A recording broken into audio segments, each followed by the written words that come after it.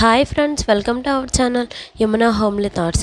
ఈరోజు మన ఛానల్లో వీడియో ఏంటంటే వందే భారత్ ట్రైను ఎంత ఫాస్ట్గా వెళ్తుందో మనకు తెలిసిన విషయమే కదా.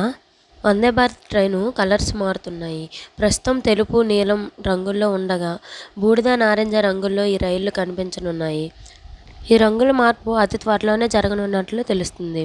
ప్రస్తుతం ఉన్న వైట్ కలర్ శుభ్రం చేయటం కాస్త కష్టంగా మారిందని, అందుకే వందే భారత్ రైళ్లకు రంగు మార్చాలని నిర్ణయించినట్లు తెలిసింది. ప్రస్తుతం దేశవ్యాప్తంగా 26 వందే భారత్ రైళ్లు నడుస్తున్నాయి. Thank you for watching.